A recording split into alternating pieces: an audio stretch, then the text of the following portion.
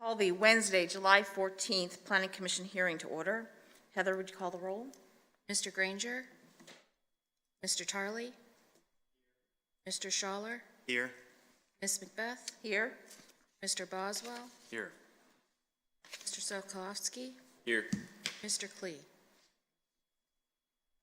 The first item we have is the approval of the minutes of our June 16th meeting. Are there any corrections or a motion to approve as presented? I'll move to approve the June 16, 2021 minutes as presented. I second that motion. Heather? Mr. Tarley? Aye. Mr. Schaller? Aye. Ms. Macbeth? Aye. Mr. Boswell? Aye. Mr. Sokolowski? Aye. We do not have any consent agenda items, so we start with a public hearing, PCR 21-3, a zoning text amendment. Carolyn? Madam Chair and members of Planning Commission, City Council has instructed staff to prepare an ordinance amendment to allow for a 3-year moratorium to assess the effects of additional occupancy and the future impacts of additional student-oriented housing construction in Williamsburg based on the recommendation of the Neighborhood Balance Committee. One of City Council's goals was to establish a Neighborhood Balance Committee, and that was charged with evaluating the balance of rental and owner-occupied homes in Williamsburg neighborhoods and identifying strategies to improve the balance. The committee included 20 members representing landlords, students, women married, homeowners, and city staff, and they met over 15 months. The process resulted in 27 concepts that could impact housing in the city. Each member of the NBC ranked the concepts based on preference in both long-term and short-term lists. Staff presented their rankings to City Council at the December work session, and based on that meeting, Council has directed staff to make recommendations on the implementations of those items on the 27 items that the NBC came up with. One of those concepts was the NBC recommended limiting the 4-person allowance. Some neighborhood representatives argued to abolish the allowance, and other neighborhood representatives sought to institute a moratorium on the new 4-person permits until more is certain regarding the housing market, especially after the addition of over 600 units at Midtown Road. We currently have 38 homes approved or in application process for the rental of 4 individuals since it first became into ordinance in 2010. These homes require meeting the criteria outlined in the zoning ordinance, such as yearly inspections by the zoning administrator, a copy of their lease, a zoning certificate of occupancy being issued for their use for the 4-person rental. As the Commission knows, other 3-person rentals in the city are allowed by right in the zoning ordinance and require a rental inspection every 4 years from the property maintenance inspector, which the 4 areas cover the 4 housing districts in the city. The zoning administrator does not accompany the code compliance inspector during these rental inspections, which are limited for the limited purpose of confirming compliance with the building code. I listed in your packet and in these 3 slides the 4 houses, the 4 areas with the housing districts. In this area, I call it the Jamestown Road Corridor, and we have a total of 22 dwelling units, and those are highlighted basically in the dark blue. On the Richmond Road Corridor, you can see we have 15 dwelling units, and those are also highlighted in the dark blue, and we had 1 new one in the Pinecrest subdivision that is at 701 Monumental Avenue. The ordinance change is written to allow currently approved 4-person rentals to remain so long as they stay current and continue to meet the ordinance requirements. The permit runs with the property, and if the property is sold, the 4-person rental would transfer to the new owner, provided the owner continues to meet the requirements of the ordinance. No new 4-person rentals will be allowed if City Council approves a 3-year moratorium until the 3-year moratorium expires. Based on the Neighborhood Balance Committee's recommendation, Staff recommended holding a public hearing and recommended the City Council to either place a 3-year moratorium on new 4-person rentals as outlined in proposed ordinance 2107, or recommend no change to the existing regulations. I think in the audience today, we actually have some members that were on the Neighborhood Balance Committee. I know you've gotten a lot of comments, emails on this, so I'll be happy to answer any questions you may have. Does anyone have any questions of Carolyn at this time? Carolyn, one question, maybe you mentioned it and I didn't get it. You said how many are currently on the list or 38. pending? Yeah, so how many are there applications pending now? 38 are on the list. There's one pending. One pending, thank you. But that's counted in the 38. Yeah, I wasn't Yeah, sure. it's in, we just haven't made the final inspection. Gotcha, thank you. Yes.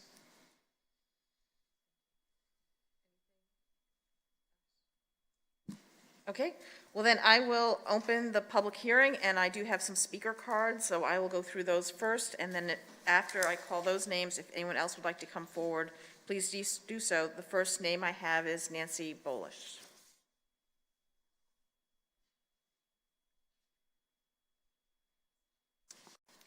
State your name and address, please. Thanks.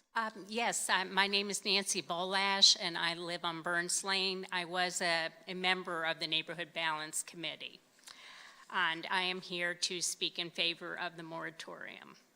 The 4-person rule began as an experiment, one that 10 years later must be evaluated as primarily having benefited landlords seeking higher profits. Was this the city's intention? How did this improve life for most citizens or even the city itself? Now we have an opportunity to pause, to slow the resulting growth of neighborhood traffic, noise, and decay. Some of the neighborhoods most affected are those designated as historic neighborhoods or those that hope to be. These elderly neighborhoods need our respect, care, and assistance, as they are the ones that line the entrance to the downtown and make that valuable first impression. The Neighborhood Balance Committee recognized these immediate needs when it voted for the 4-person moratorium. The committee also acknowledged that this one proposal is not enough on its own. That's why the committee also endorsed funding an inspector to ensure that capacity limits are complied with. The 4-person rule is not a panacea for overcapacity. Some of these homes have indeed exceeded their exemption limits, even with that additional person to be allowed as a renter. We had a bad example of that just 2 doors down from me, a very troublesome house that had a 4-person exemption and lost it only when the tenants admitted to some of the neighborhood residents that they in fact had more than 4 people living at that location. This is the moment when we can benefit citizens and the city by encouraging students who want to be and should be encouraged to be together in larger numbers. The city has invested heavily in Midtown and will financially benefit from more residents and retail there. The neighborhoods would benefit by losing some of the overcapacity that now threatens to strangle their balance. And there is room for landlords in and around Midtown to continue to gain profit as well. A much more balanced and equitable option now is before you. Please take it. Thank you. Thank you. My next card is Flora Adams.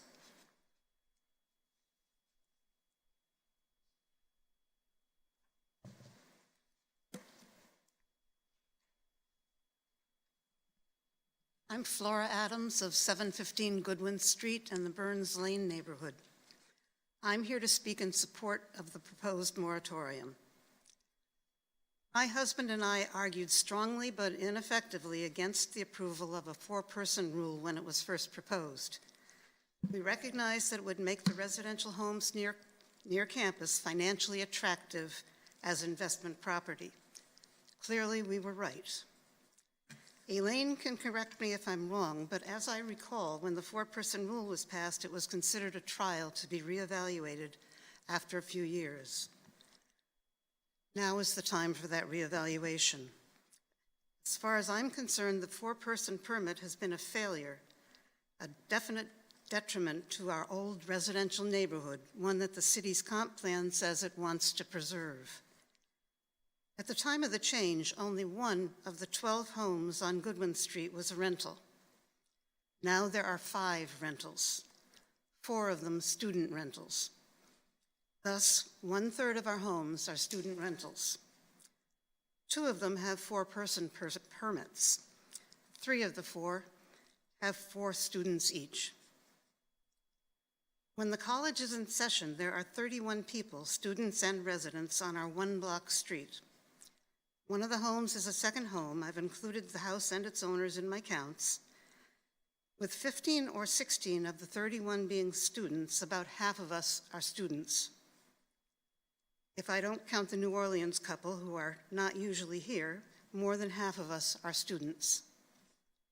Is this what Williamsburg means by a balanced neighborhood? I think and I hope not.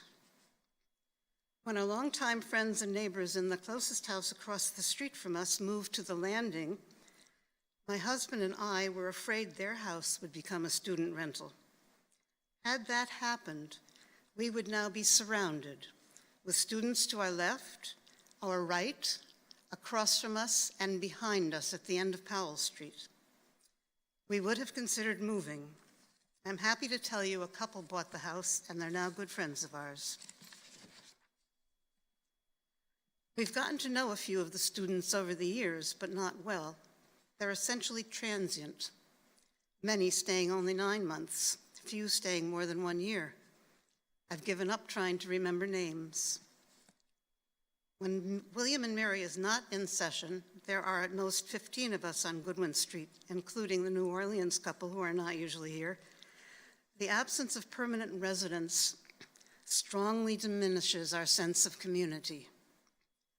Obviously, we don't see our neighbors as often. It's harder to keep up with what's going on, whether someone needs help, meals, rides, information, or even electricity. After Hurricane Isabel, one of our neighbors with a generator bought a long extension cord so that he could provide electricity for an hour or 2 a day for those of us without generators. Only yesterday did I learn, excuse me, sorry. Only yesterday did I learn that the four-person permit transfers with the sale of a property. Whether the moratorium passes or not, the rules should be changed so that the permit does not convey with the property. Until yesterday, I had assumed new owners would have to reapply.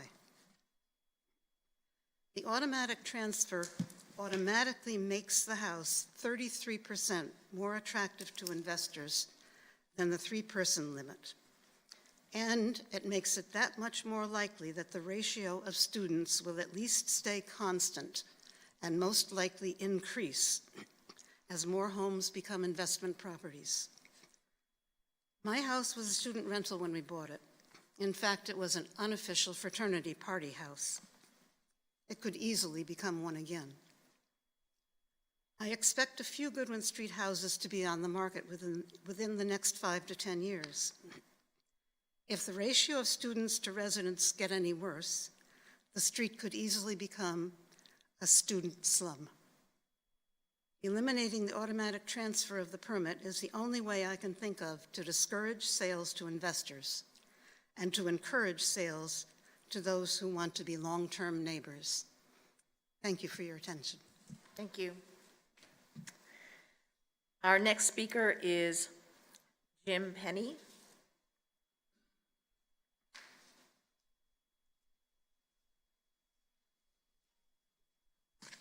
Members of the Planning Commission, I'm Jim Penny. I live at 209 Burns Lane in Williamsburg, Virginia, and have lived there permanently since about 2016. I am a member of the city's Neighborhood Balance Committee and also president of the Burns Lane Residents Alliance. I'm very much in favor of the Planning Commission's adoption of the Neighborhood Balance Committee's recommendation of a 3-year moratorium on granting additional 4-person exemptions for rentals. The moratorium is needed to help reverse the current trend of our close-in historic neighborhoods becoming primarily student rentals. Burns Lane may be the only close-in neighborhood that currently is not more than 50% student rental. Members of the Neighborhood Balance Committee heard from a Blacksburg, Virginia housing official who described a close-in neighborhood there that is now 85% student rentals, where the remaining resident homeowners feel as if they are under siege. This is where our city will be if the city does not start seriously addressing these issues. The 4-person exception provides an economic incentive for investors to purchase properties in our close-in neighborhoods to convert to student rental. The 4-person rentals generate an additional amount, generally in excess of $1,000 per month, which provides substantial additional rent income for an investor and allows them to pay even more for the properties, which is a clear negative for the affordable housing issues that the city faces. The 4-person rentals generate additional noise, trash, pedestrian traffic, and car parking that is inconsistent with our single-family neighborhoods. In addition, there's an increase in those negative aspects caused by visitors to those rental houses, in many cases at all hours of the night. Also, many landlords do not maintain or improve the properties in the same manner as single-family owners would. And Nancy Bolash mentioned 333 Burns, which is a property that is in a lot of need of improvement in maintenance. There are bushes in the front that are dead, bushes by the house that are dead, and also they store the trash cans in front of the house where it's visible from the street. And this is a clear negative for our neighborhood. The existence of 4-person and other student rentals in our neighborhoods has discouraged many families from purchasing houses. If the city does not take action, these neighborhoods eventually will decline into student slums. Many on City Council have suggested that students will move to the new Midtown project and to other projects that cater to students. While I hope that is the case, I doubt that those options will be more attractive to many students who prefer to live in a house that is in walking distance to campus, which is certainly the case for our neighborhood. But I do think we should provide this theory with an opportunity to be proven, and a moratorium on the 4-person rentals would be very helpful as far as addressing that and making some analysis. Our close-in historic neighborhoods are incredibly important to our city, but they will turn into student rental communities if we don't have cooperation among the Planning Commission, City Council, William & Mary, and the neighborhoods, and start seriously working on solutions now. The moratorium on 4-person rentals is a small but a very important step on this road. Thank you very much. Thank you. Those are all the speaker cards that I have, but we are still with a public hearing. Does anyone else here wish to come forward and speak to the Planning Commission on this matter? Thank you. Please state your name and address. I hadn't prepared to speak, so I apologize. My thoughts are a little bit scattered. I'm Julie Smith, 704 Jamestown Road. My husband and I are both in favor of a moratorium on granting 4-person occupancy certificates. Student renters and landlords are less invested in property maintenance and upkeep, even trash cans. 3 years ago, with much fanfare, I was at the opening of the Earth Fair grocery store with about 700 of my closest friends, even in a city as small as Williamsburg. There was a lot of excitement about the development of that shopping center, as well as the construction of the apartments across the street and what they would mean for our city. In addition, there have been a great deal of construction along Traymore Drive of apartments. I assume they're apartments. They may be condominiums, but at any rate, I just feel like a moratorium on the development or the expansion of the 4-person certificates would allow the city to absorb some of that demand. It would be giving the developers the maximum benefit of having more residents live in the apartments. If we expand the opportunity to for 4 people to live in a house. I fear that we are going to drive people away from pursuing those Monticello, in particular, those Monticello Marketplace, or I'm not sure of the name, but anyway, those particular, that new construction, don't we want to benefit that? I mean, the city approved that construction. The Architectural Review Board reviewed the plans. I mean, there have been so many steps along this process. I'm trying to wrap my mind around not maximizing that opportunity. So, again, I apologize for my scattered thoughts. Take your time.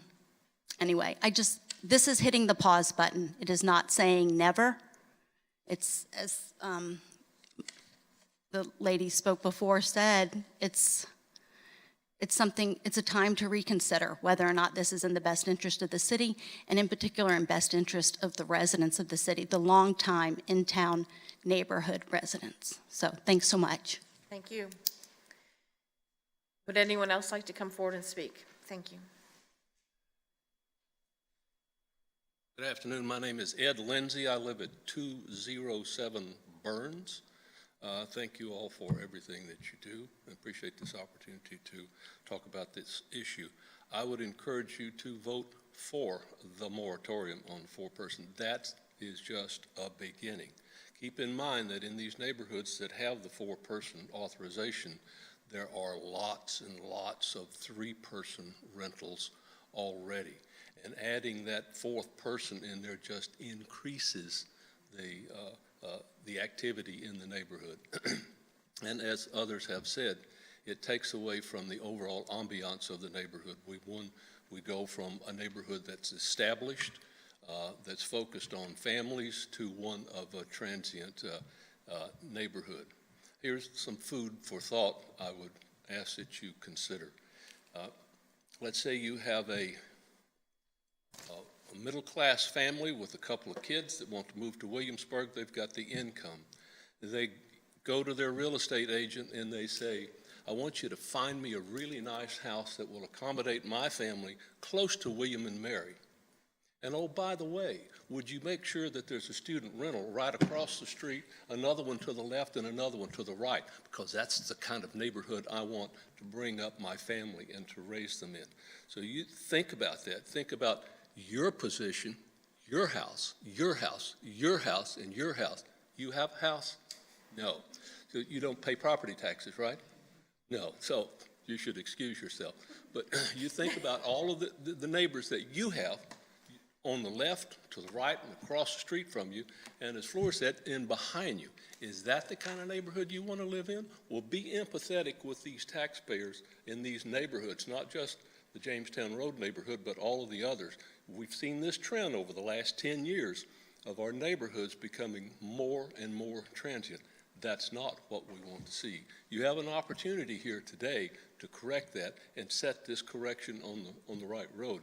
The City Council has asked for ideas to promote more affordable housing. Having the 4-person rental is not promoting affordable housing. It's promoting investors and speculators. That's not what the city of Williamsburg is all about. That's not what you all are all about. And I believe in my heart of hearts that the City Council doesn't mean for that to happen either. Thank you. I appreciate your time. Thank you. Anyone else like to come speak? Flora, before coming forward, anyone who has not spoken yet would like to come speak? There are some people who are still getting up. I'll call you in a sec.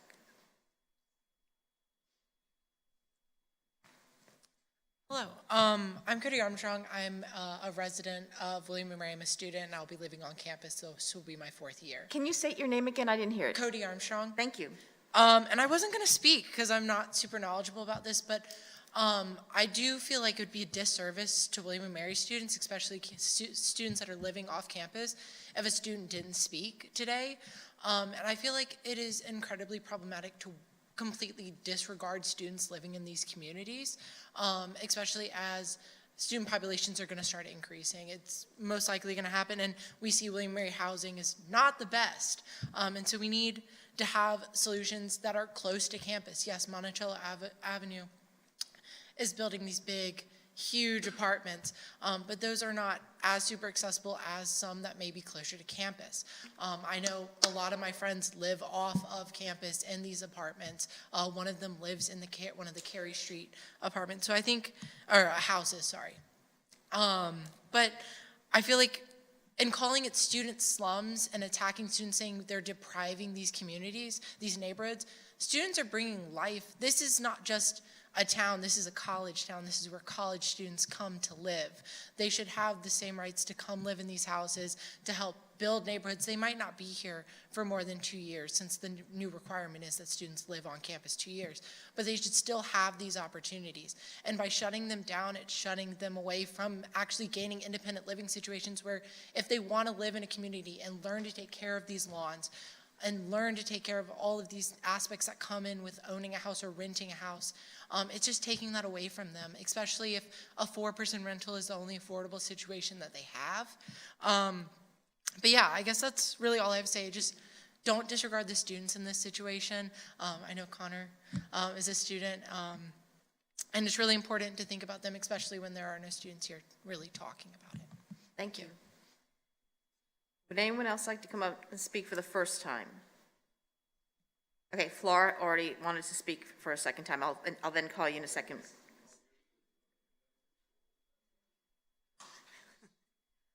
Just briefly, I want to say that in support of what Ed Lindsay said, when my daughter was a freshman in high school, my family was looking to move closer to RPI, Rensselaer Polytechnic Institute, where I was working. We looked at a house we loved, and it was walking distance to her school and a short drive for me. But I noticed there were 3 or 4 young men hanging out next door, and it turned out it was rented to a number of RPI male students, and I thought, not with my 13-year-old daughter.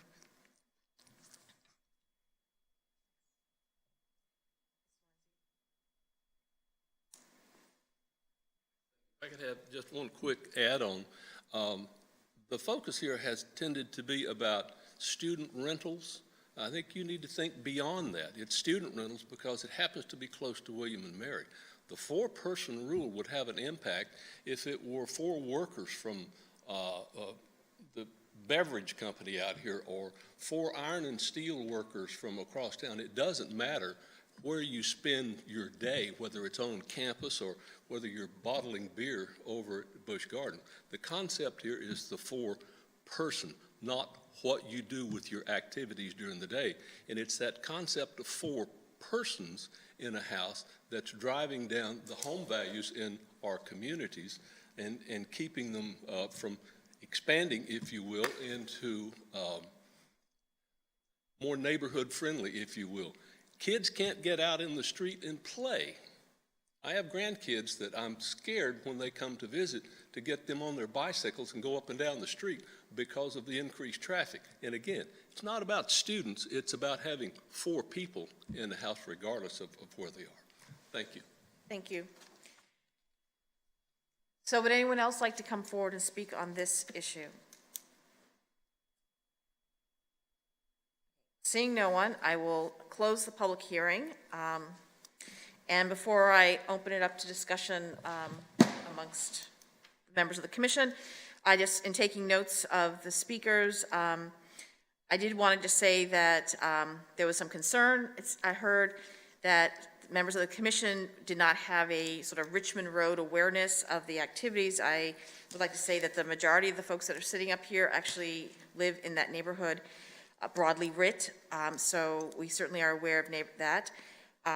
I also wanted to thank the members who came forward, who were members of the Neighborhood Balance Committee. The Planning Commission also had representatives on that committee, and we recognize the time that you put into that and appreciate that, so I really did want to publicly thank you for your work on that as well as coming today.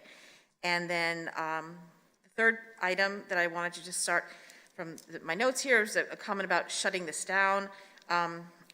You know, we're not shutting anything down. The ones that are currently legal to possess a 4-person rental can still possess that as long as they stay with that. If they fall out of code or fall out of use, then that's a different issue, and the 3 unrelated person in that neighborhood, or the different rental neighborhoods across town, still exist. So this isn't shutting those things down at all. With those sort of preliminary comments, I just wanted to say some of those things. Does anyone have any points of discussion amongst ourselves? Well, I'll start it off. First of all, I appreciate everybody's comments, and I do appreciate the NBC's efforts. I did not appreciate a personal attack on one of our commission members, and I think that's out of line. A couple points that I heard today that I do think require further investigation is the transfer of the permit. It's not before the commission, but if I had to recommend anything, would be to reconsider that and reevaluate the ability to transfer the 4-person, because the new owner has to come in and comply. And so I do agree that that is something that could be looked at. I also heard a number of comments that there are 38 in the city, 37 one pending. But there are a lot more 3-person rentals, and what I heard today were concerns that there were more than 3 people, more than 4 people possibly living in those dwellings. And so certainly I think would want to recommend and evaluate ways to bolster enforcement of the rules that are in place. But I don't see how a moratorium accomplishes anything. We're talking about a couple-year moratorium. We don't need a moratorium to see how the housing, what effect the new housing is going to have. It's going to have an effect. Time will tell how serious an effect it is. I believe it does take, if we reconsider the transferability of the permitting, that does affect price on a sell if someone's selling it as investment property. We already have in place a process, a detailed process of how somebody gets a 4-person certificate.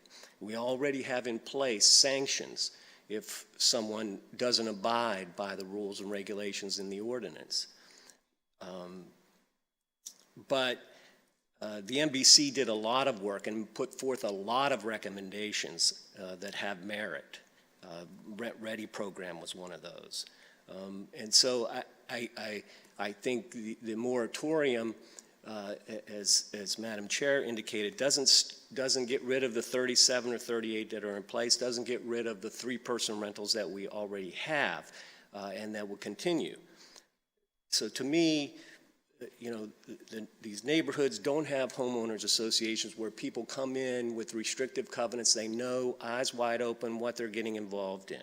These are bundles of sticks that people come into property ownership. So I'm not going to recommend that one of these sticks be taken away by the government on an arbitrary moratorium.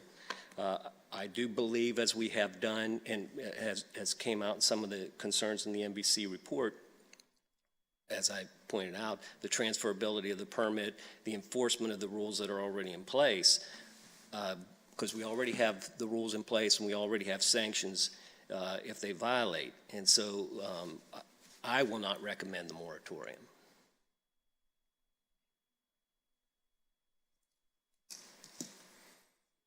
Someone like to comment next? Yeah.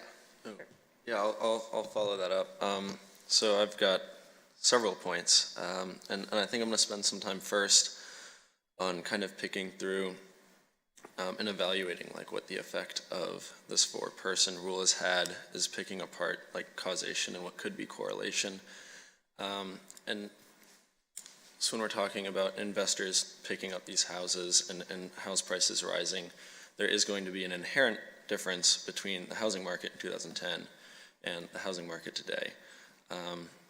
And I know it was brought up, and as Mr. Tarley brought up just now, that transferability of the 4-person rule could contribute to that, and that is a point I would actually like to reconsider as well, because it does seem wrong that it sticks with the property and not the owners. It should be the owners applying for that. But I do want to give it some thought that a rise in prices is not necessarily always attributed to this four-person rule. In addition, I heard there were some concerns that the neighborhoods would not necessarily reflect the community in the area. And I also just want to remind everyone that William and Mary students do make up like 6,000 to 8,000 people of our Williamsburg community, which is about half of the population, or a little more.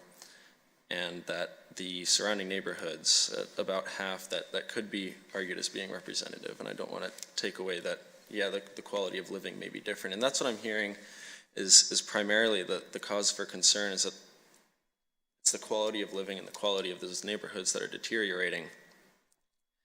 And I'm not so sure that a four-person moratorium would address those concerns, with the exception of one, which would be the number of the amount of traffic that is there. Because when you have four people that are unrelated to each other, each one will most likely have like their own car or something to run on their own schedules. But these all seem like there could be other ways of dealing with it, whether it's something similar to like a homeowners association. I'm not totally sure what those rules or how that would be set up, but whether there could be fines if there's like overflowing trash out front or dead bushes, whether there could be a limit on the number of vehicles per home. If that's a concern, perhaps those avenues could be taken. I'm also not sure that taking away this moratorium is actually going to address the problem at heart. I think a lot of the drive for students living in these homes with 4 students or 3-person, rather than just 3, is a monetary driver. It's for them to be able to afford to live somewhere, and so oftentimes, and I've heard concerns that there are more students per dwelling than those 3 or 4. But I do know that, and I do know a lot of students have been looking at those Midtown Row apartments and have actually, they can't afford that, and so they have passed that as an option to live there. And so I do want to keep that in mind as well. And then in terms of noise, partying, assuming that usually happens at off-campus houses, enabling a 4-person moratorium, let's say best case scenario, we now have a lot more students living in Midtown Row, which probably will happen regardless, but let's say the 4-person moratorium, there's less 4-person homes, more students living in Midtown Row apartments. I don't necessarily think that all of the noise and stuff will then be spread throughout Midtown Row as well. I'm worried that students will still travel to off-campus houses regardless. And that this 4-person moratorium won't do anything to address that problem. And so these are a lot of different points I've been making, but kind of in conclusion, I really do want to call into question this automatic transfer. Oh yeah, there is another point I did want to make. So if it's my understanding that when you apply for the 4-person certificate, there's like the whole process, and you actually have to meet with people and discuss like the capacity requirements. I think Mr. Granger touched on that in an email to us. And it's far more of like a formalized process of what the expectations are and the capacity and everything. And I feel like taking away a 4-person moratorium when there's students who might be living 4 people to a 3-person house without the certificate, they won't get that same discussion, that same formalized process, which may have an effect as well. So yeah, that's a lot of different points, but I do want to kind of separate causation and correlation between the housing market and the neighborhood decrease with this 4-person rule. I'm also understanding that the larger problem at hand here is actually the deterioration of neighborhoods in terms of the quality, vehicle traffic. It doesn't seem as safe, and the point you brought up about having a daughter, in teenage years, I would feel similarly if there was a house of like college guys next door. I have 3 younger sisters, so I'd probably feel a similar concern there. But I think a lot of these could be addressed differently, and I'm not sure a 4-person moratorium is the way to go on that front. And so I'm not going to recommend that as well. Sorry, that was super long-winded, but. Justin, James? I'll jump in. I'll be a little more concise. I think it's real. No offense. I do think it's important to recognize that, as Mr. Lindsay, I think Mr. Granger in his email said, this is not a student issue. This is not specifically, targeted to or against students. 3 of the 5 of us here either were or are William and Mary undergrads. All of us are. The 4 of us are faculty of some kind and donors, and there's a building with that name on it on campus, a cousin of mine. So we're not anti-William and Mary or anti-students.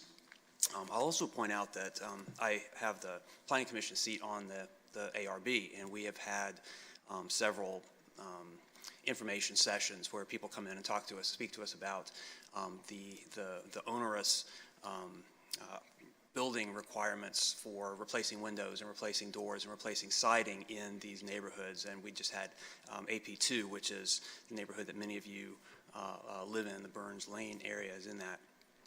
And people that live there can't afford it because the city is making them, the city ordinance is interfering with their property rights is sort of the gist of it. And it's becoming very expensive to keep that up, and a lot of people that live there, the folks that live there, can't afford to keep it up. So there's this tension. There's this tension between is city government doing too much, is city government not doing enough? But that brings us back to the moratorium and the 4-person rule. And if you remember, when that was enacted, as one of the speakers said, that was it was essentially an experiment. It's like, and bear in mind, it was a response to political pressure. From groups within the city, groups of voters and donors.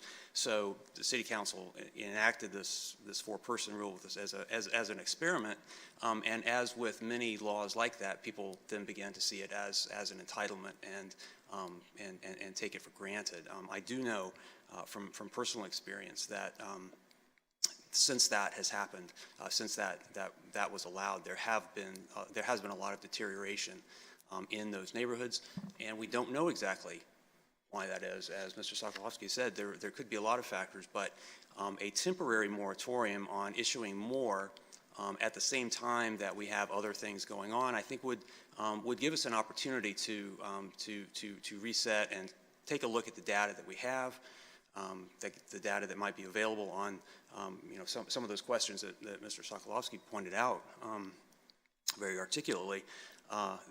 We really just don't know. So I'm actually in favor of a temporary moratorium on issuing new 4-person exceptions, keeping in mind that all the ones that are there, as Chairman Bethel said, all the ones that are there are still there. All the 3-person rentals are still there, and every one of you could sell your houses tomorrow to investors, and they could put 3 tenants in. If that's what they want to do. So I'm in favor of taking this opportunity as an opportunity to stop and sort of reevaluate where we are and see if we can figure out exactly what the impact of this experiment has been. I want to thank the rest of the commission members, as well as the Neighborhood Balance Committee and the folks that spoke today, for their thoughtfulness on this. I do want to echo Mr. Tarley's statement that it was disappointing to hear an attack on another member, intentional or unintentional, on another member of the Planning Commission. And as someone who relatively only recently started paying property taxes, I want to echo the point that paying property taxes need not make one a member of the community, nor does not paying property taxes make one a member of the community. Its presence, its activity and involvement, and certainly Connor reflects all of those attributes. Beyond that, though, this is probably one of the toughest decisions we've made in a long time at Planning Commission, as these town gown ones tend to be. And I think there are really important points that those against a moratorium have made. And without being too long-winded, I do worry that this is the wrong solution for the right problem. I like, in some ways, that the current way the 4-person rule, with the exception of transferability, as those in the audience as well as Mr. Tarley have pointed out, with that exception, I like the control it gives us in terms of implementing hopefully corrective solutions to some of the problems that have been brought up. As someone who also lives not in these same neighborhoods, but a neighborhood that also has a mix of student rentals, yeah, I certainly understand the concerns about potentials for deterioration. But I also think that some of that can be solved with neighborliness, and I know that you all have tried that, so I don't want to dismiss those efforts either. This is all to say it's really complicated for me, and I found this to be the toughest thing that I've had to weigh in on in a while. But right now, my gut is telling me to vote against a moratorium on the four-person rule. But I certainly understand the issues on sort of both perspectives. I think they're both admirable. Thank you. I guess for the record, I actually think we should have this moratorium. I was sitting on the commission when it came forward back in the day, and it was put forward as a trial that, as Mr. Boswell has stated, we sort of forgot about it being a trial, and now 10 years later, we have this recommendation from a very thoughtful, long-working committee. So I think that it is the time to go back to that trial. We will need to move forward on that aspect. That the thing that is in front of us today is the recommendation of this 3-year moratorium and this proposed ordinance. And obviously, there's quite a split on the commission. I guess before we move to that, because I think we'll quickly move to the next item, and as a broader piece of this, from the comments that were brought up by my colleagues, is that this is one piece of a bouquet of flowers, to think about this more cheerfully than some other ways, and that are all put together. It's a bouquet that rests together, and I feel like we're getting bits and pieces coming out of the NBC report where I think we as a planning commission really should, especially now that we're moving forward with passing off the comprehensive plan, really look at that as a whole and think of the items that are in there that are pieces that are actually part of our purview, so that we can look at these things more strategically and frankly help motivate forward some of the recommendations that are feasible for our community. So I don't know whether that's something that we can maybe, in the fall have a work session or something like that that looks at that item, the report, and that we can think about how we can look at it, because the idea of looking at other parts of what is this piece is not what's in front of us today. And if Chris were here, she'd be saying, that's not something that we can actually decide on right now and all that. But I think we really owe it to the community, to ourselves, that we don't see these things as one-offs that keep on trickling out of that commission report, right? That said, before that gets swept away, the loss of time, what is before us today is to provide a recommendation on the recommendation from the Neighborhood Balance Committee as it would go forward to City Council next month. Would someone like to propose a motion and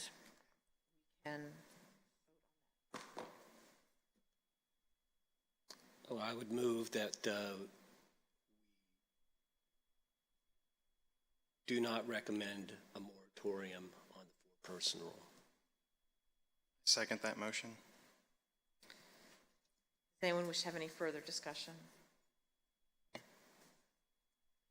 So a vote for this, a yes or an aye, is to not have a moratorium. A vote no is to have a moratorium. Heather?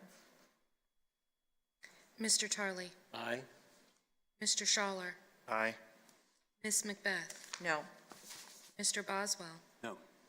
Mr. Sokolowski? Aye. Okay, so our next item on our agenda is our open forum, which is a time for anyone to come forward and speak to the commission as they wish.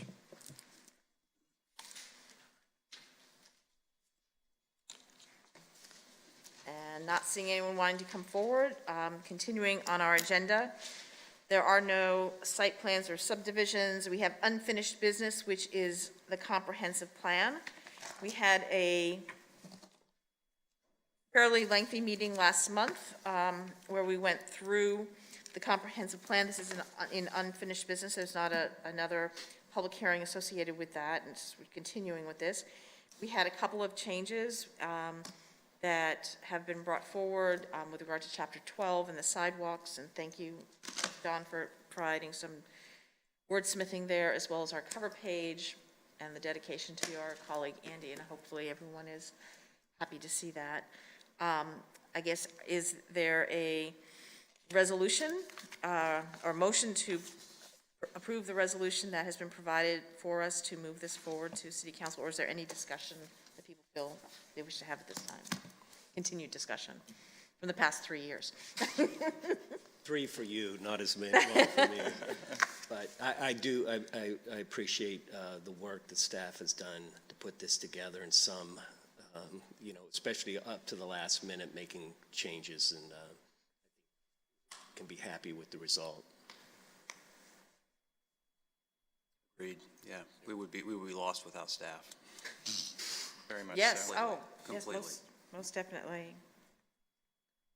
Then a motion to approve the resolution 2101 as written.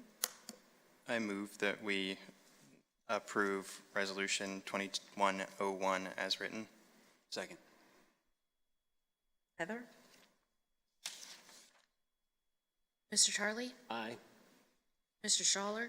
Aye. Ms. Macbeth? Aye. Mr. Boswell? Aye. Mr. Sokolowski? Aye. Okay, is there any new business that anyone has on their own agenda? There's no others. We obviously have our monthly reports that are in our packet here between City Council and Finance and whatnot. We currently don't have any public hearings August 18th, so we may be canceling that meeting. And we're not going to have a work session on the neighborhood balance quite yet. Move forward on that. I was afraid where you might be going with I that. know, but at any rate, otherwise, we stand adjourned. Thank you. Thank you. Thank you.